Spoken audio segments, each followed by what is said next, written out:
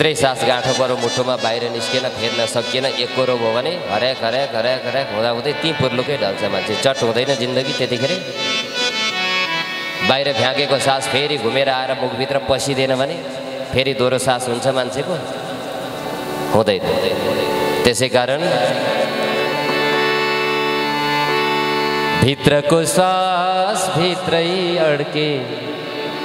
बनियो जीवन चट्टै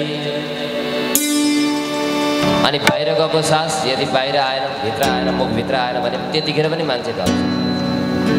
हामीले बाहिर फ्याँकेको सास फर्केर मुखमा आएन भने हामी फेरि सुवाफुवा कसरी गर्छौँ बाहिरको सास बाहिरै अड्के बनियो जीवन चट्टै भित्रको सास भित्रै अड्के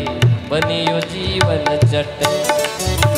बाहिरको सास बाहिरै अड्के बनियो जीवन चट्टै यस्तो कच्चो जिन्दगीमा राम भजौँ झट्टै यस्तो कच्चो जिन्दगीमा राम भजौँ झट्टै जिन्दगी यो सिसा झै छ फुटन सक्छ फट्टै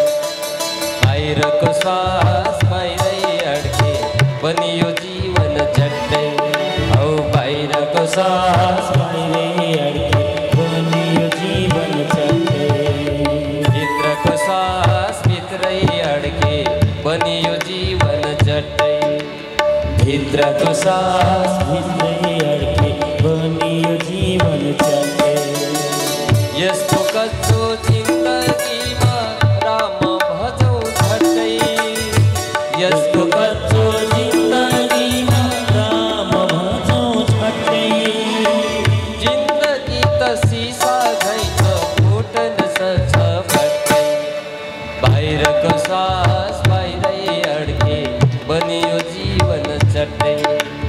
बाहिरको सास बाहिरै अड्के बनियो जीवन चट्टै भित्रको सास भित्रै अड्के बनियो जीवन चट्टै भित्रको सास भित्रै अड्के बनियो जीवन चट्टै हो